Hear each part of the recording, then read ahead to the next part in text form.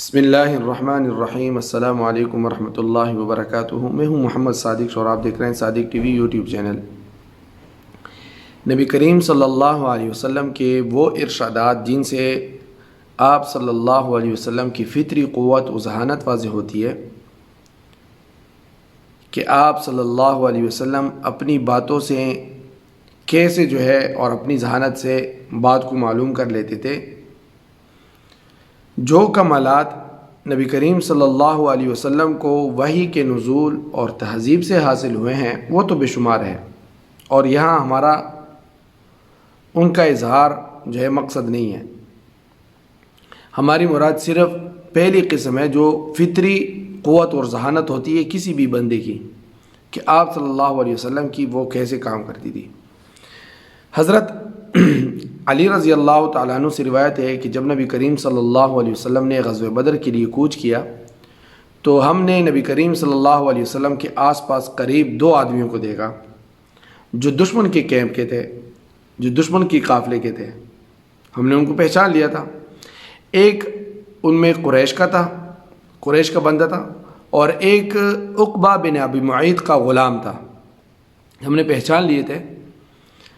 جب ہم نے ان کا پیچھا کیا تو قریشی چھپ گیا، بھاگ گیا، اور ہم اس کو پکڑ نہ سکے، اور غلام کو ہم نے گرفتار کر لیا۔ اب ہم نے اس غلام سے قوم کی تعداد پوچھنی شروع کر دی تو جواب میں وہ صرف یہ کہتا تھا کہ واللہ ان کا بہت شمار ہے، ان کی طاقت بہت بڑی ہے، ان کی تعداد بہت زیادہ ہے۔ مسلمانوں نے اس جواب پر اس کو مارنا شروع کر دیا تاکہ یہ حقیقت بتا سکے، مگر اس نے اصل شمار اور تعداد نہیں بتائی۔ یہاں تک کہ پھر اس کو نبی کریم صلی اللہ علیہ وسلم کی خدمت میں لایا گیا تو آپ صلی اللہ علیہ وسلم نے بھی اس سے یہی سوال کیا کہ بھئی قوم کی تعداد کیا ہے، کتنے ہیں، وہ کتنی شمار ہے؟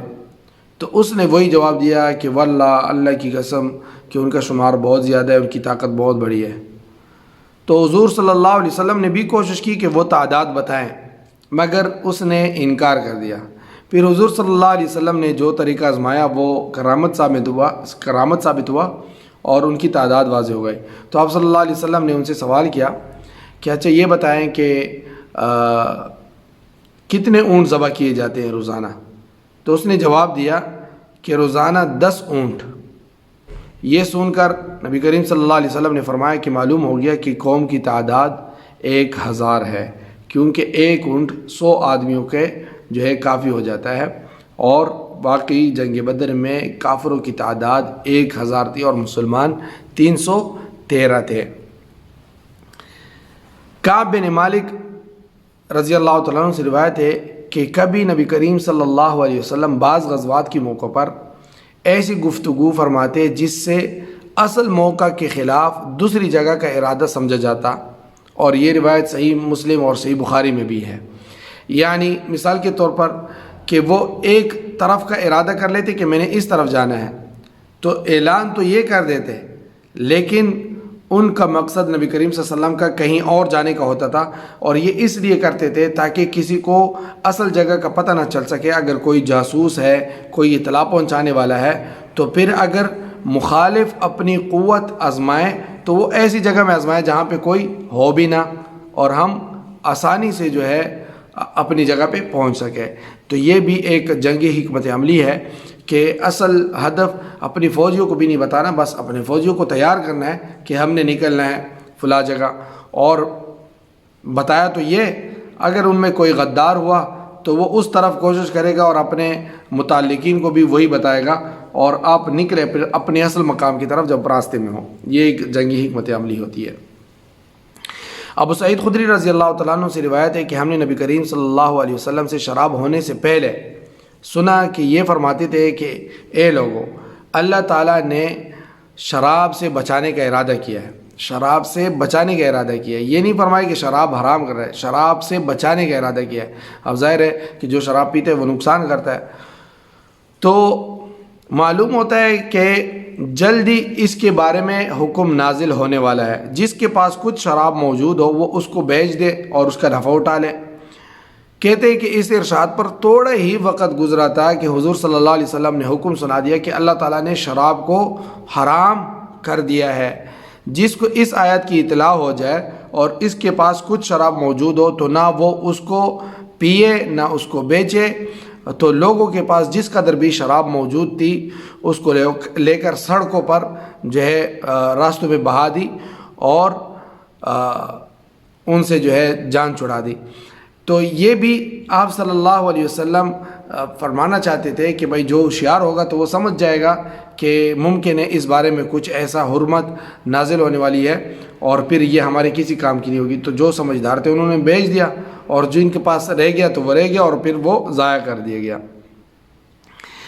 حضرت عائشہ رضی اللہ تعالیٰ عنہ سے روایت ہے کہ نبی کریم صلی اللہ علیہ وسلم نے فرمایا کہ جب نماز میں کسی کو حدث ہو جائے یعنی وضو ٹوٹ جائے اور یا ہوا نکل جائے تو اپنی ناک پکڑ کر جماعت سے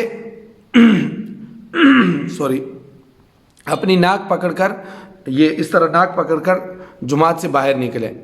کہ اس حالت کو علامت قرار دیا کہ جماعت سے نکلنے کا کہ بھئی یہ آدمی بے وضو ہو چکا یا اس کو کوئی جو ہے عارض پیش آ چکا اور وہ جماعت سے آسانی سے نکل سکتا ہے. ورنہ اگر وہ ایسے ہی نکلے گا تو ایک فتنہ جو ہے پیدا ہونے کا امکان ہے اور آپ کو کوئی روک سکتے کہ بھئی آپ صفوں میں سے کیسے گزر رہا ہے, پہلی صف میں کھڑے ہیں اور آپ ایسے ہی گزر رہے ہیں نکل رہے ہیں.